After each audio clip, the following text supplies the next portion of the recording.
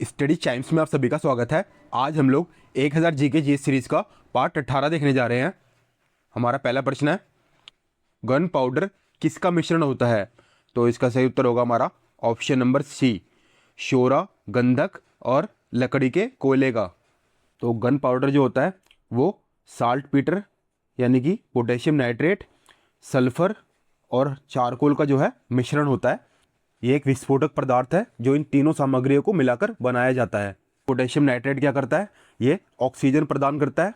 हमारा जो चारकोल है ये ईंधन के रूप में कार्य करता है। और हमारा सल्फर क्या काम करता है?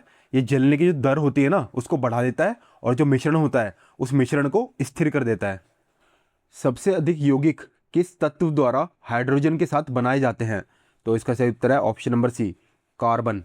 हाइड्रोजन के साथ सबसे अधिक जो यौगिक है यानी कि कंपाउंड है वो कार्बन ही बनाता है।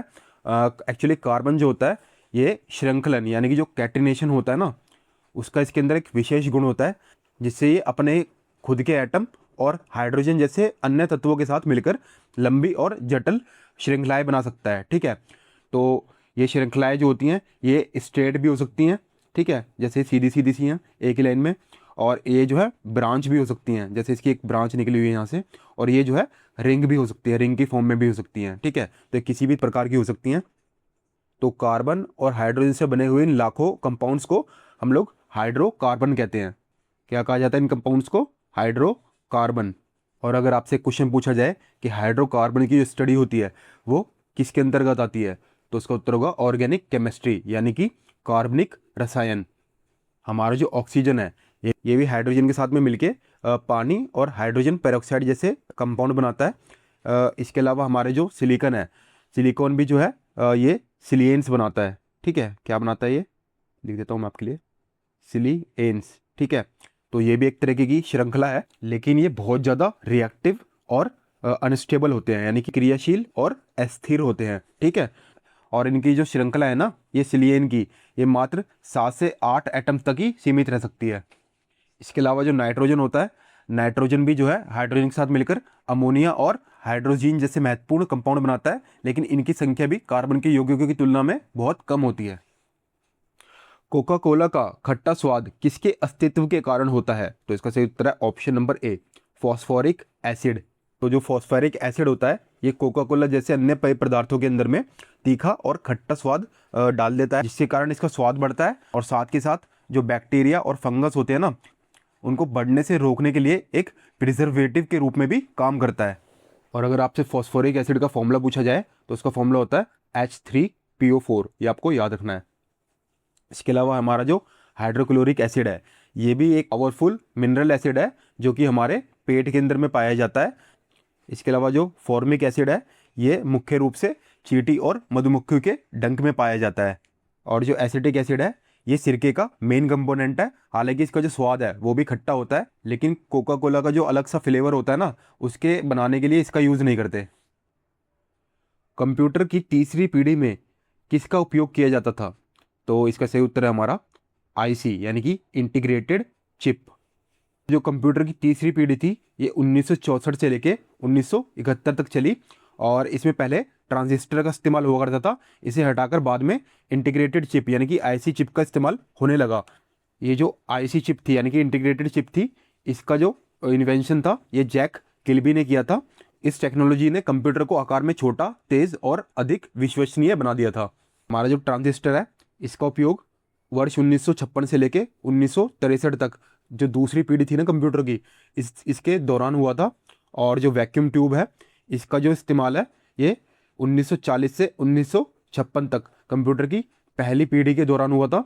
और माइक्रो प्रोसेसर का इस्तेमाल वर्ष 1971 से लेकर अब तक हो रहा है। पशुओं में मिल्क फीवर की बीमारी किसकी कमी के कारण होती है? तो इसका सही उत्तर है ऑप्शन नंबर बी, कैल्शियम। ये बीमारी आमतौर पर प्रसव के बाद या फिर दूध देने वाली गाय या भैंसों में रक्त में कैल्शियम का स्तर कम होने से होती है। इस बीमारी को पैस्चुरियन पैरासिस भी कहते हैं। उपनिषद का शाब्दिक अर्थ क्या होता है? तो इसका सही उत्तर है समीप बैठना। ये संस्कृत के शब्द से बना है जिसमें उप का मतलब होता है समीप या पास, नी का मतलब होता है नीचे, और सद का मतलब होता है बैठना, जिसका अर्थ है ब्रह्म विद्या या गुप्त ज्ञान की प्राप्ति के लिए शिष्य का गुरु के समीप बैठना। जो गुरु शिष्य की परंपरा होती है ना, उसको दर्शाता है, जहां जो शिष्य होता है गुरु के चरणों के पास बैठकर ज्ञान को ग्रहण करता है। कंप्यूटर किस भाषा को समझता है? तो इसका सही उत्तर है हमारा मशीनी भाषा। कंप्यूटर जो होते हैं ये मशीन लैंग्वेज को समझते हैं, इसे वो सीधे समझते हैं और एग्जीक्यूट कर देते हैं। ठीक है, जो प्रोग्राम हमारे कंप्यूटर में होता है वो रन होता है, एग्जीक्यूशन होता है उसका, तो उसे कंप्यूटर इसी लैंग्वेज के थ्रू करते हैं। ठीक है, तो मशीन लैंग्वेज के अंदर में क्या होता है, ये जो है बेसिकली जो बाइनरी कोड होते हैं ना, जैसे कि 0 1, ये हमारे बाइनरी कोड्स होते हैं, तो इनका एक संग्रह मान लीजिए आप। ठीक है, तो कंप्यूटर का जो CPU होता है ये केवल इसी भाषा को समझ सकता है। पंजाब में अहमदिया आंदोलन किसने शुरू किया था? तो इसका सही उत्तर है option number D, Mirza Ghulam Ahmad. इन्होंने साल 1889 के अंदर में, उस ज़माने के जो ब्रिटिश भारत था उसके पंजाब प्रांत के कादियान में इस आंदोलन की स्थापना की थी। ये इस्लाम धर्म के अंदर में सुधार और उसका जो पुनरुद्धार था उस पर केंद्रित था। शहद में कार्बोहाइड्रेट की मात्रा लगभग कितने % होती है? तो जो शहद होता है इसमें जो कार्बोहाइड्रेट की मात्रा होती है वो लगभग 78 से 82% के बीच में होती है। ठीक है, तो हमारा जो ऑप्शन नंबर बी और सी ये दोनों ही इसके अंदर ठीक उत्तर होंगे। तो शहद में जो है फ्रक्टोस और ग्लूकोज जैसी शुगर पाई जाती हैं, और इसके अलावा इसमें पानी की मात्रा होती है वो लगभग 17 से 20% होती है, और बाकी बचे अन्य जो न्यूट्रिएंट्स होते हैं वो उसमें शामिल होते हैं। निम्नलिखित में से नदियों की लंबाई का सही अवरोही क्रम कौन सा है? तो इसको हम लोग ऑप्शन से देखते हैं। तो सबसे पहले हमारी जो ब्रह्मपुत्र नदी है इसकी जो लंबाई होती है वो तकरीबन 2900 किलोमीटर होती है। ठीक है, तो ये सबसे ऊपर हो जाएगी। इसके बाद हमारी गंगा आती है जिसकी जो लंबाई है वो 2525 किलोमीटर होती है, तो दूसरे नंबर पे ये है, बिल्कुल ठीक है। फिर तीसरे नंबर पे हमारी आती है गोदावरी। इसकी जो लंबाई है गोदावरी की वो 1465 किलोमीटर है। ठीक है, तो तीसरे नंबर पर गोदावरी है, ये भी ठीक है। और फिर चौथे नंबर पर आती है हमारी नर्मदा जिसकी लंबाई 1312 किलोमीटर है। तो हमारा ऑप्शन के हिसाब से ऑप्शन नंबर ए ठीक उत्तर है। महात्मा बुद्ध के प्रभाव से जो गणिका बौद्ध भिक्षुणी बन गई वह कौन थी? तो इसका सही उत्तर है ऑप्शन नंबर ए, आम्रपाली।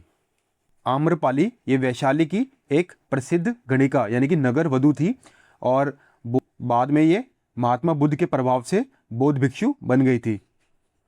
वह पहला किला जो शिवाजी ने जीता उसका नाम क्या था? तो इसका सही उत्तर है ऑप्शन नंबर ए, तोरण का किला। शिवाजी ने सन 1646 ईस्वी के अंदर में मात्र 16 साल की उम्र के अंदर में आदिल शाही सल्तनत से ये किला जीता था, और इस किले को प्रचंडगढ़ भी कहते हैं। ठीक है, क्या कहते हैं मैं लिख देता हूँ आपके लिए, प्रचंडगढ़। ठीक है, इसका दूसरा नाम प्रचंडगढ़ भी था। INA का गठन कहाँ हुआ था? तो इसका सही उत्तर है ऑप्शन नंबर सी, सिंगापुर के अंदर।